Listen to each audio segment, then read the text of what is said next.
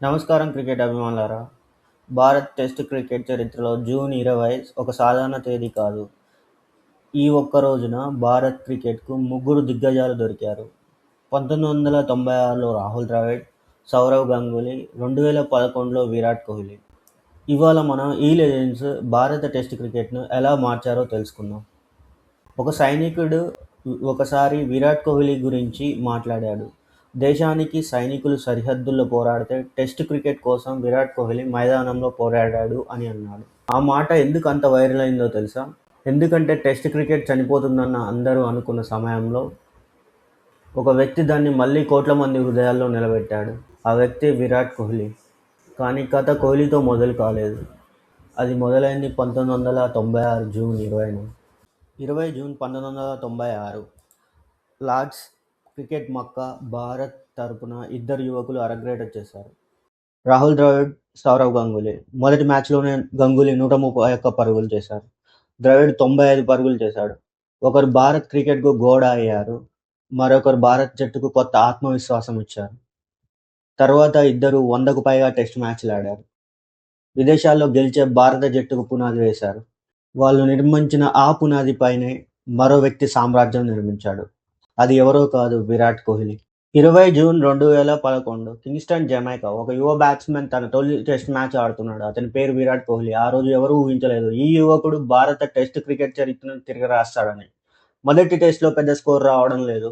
కానీ తర్వాత 123 టెస్ట్ మ్యాచ్లు, 9230 పరుగులు, 30 సెంచరీలు, అనేక చారిత్రాత్మక విజయాలు. కానీ ఈ గణాంకాలు కూడా కోహ్లీ ప్రభావాన్ని పూర్తిగా చెప్పలేవు. ఎందుకంటే అతను కేవలం పరుగులు చేయలేదు, భారత జట్టు ఆలోచన విధానాన్ని మార్చేశాడు. కోహ్లీ కెప్టెన్సీ చేపట్టే సమయానికి భారత ప్రపంచ ర్యాంకింగ్లో 7వ స్థానంలో ఉంది. అక్కడి నుంచి భారత్ను ప్రపంచ నెంబర్ 1గా నిలిపాడు.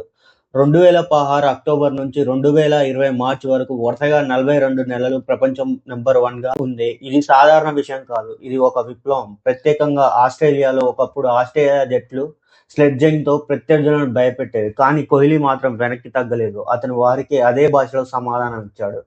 ప్యాట్ కమిన్స్ ఒకసారి కోహ్లీ గురించి always up for a fight అన్నాడు. అంటే ఎప్పుడు పోరాటానికి సిద్ధంగా ఉండే వ్యక్తి. స్టీవ్ స్మిత్ అతన్ని సూపర్ స్టార్ అని పిలిచాడు. నాథన్ లియాన్ అయితే కోహ్లీ బౌలింగ్ చేస్తున్నప్పుడు మొత్తం భారతదేశం మీకు ఎదురుగా ఉన్నట్టు ఉంటుంది అన్నాడు. ప్రత్యర్థులు కూడా గౌరవించే స్థాయికి చేరుకోవడం అదే కోహ్లీ గొప్పతనం.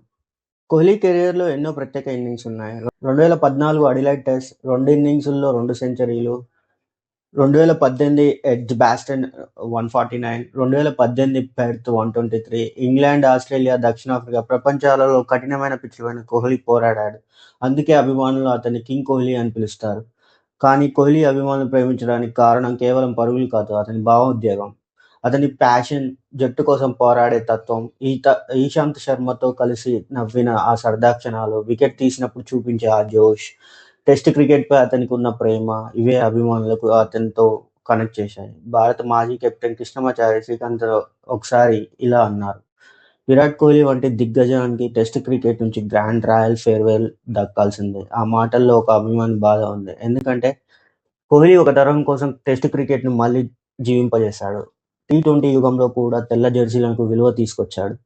ఇప్పుడు మరో జూన్ 20 కథ రాయబోతుంది. శుభ్మన్ గిల్ 25 ఏళ్ల వయసులో భారత్ టెస్ట్ కెప్టెన్. హెడ్లింగ్లో అరంగేట్రం.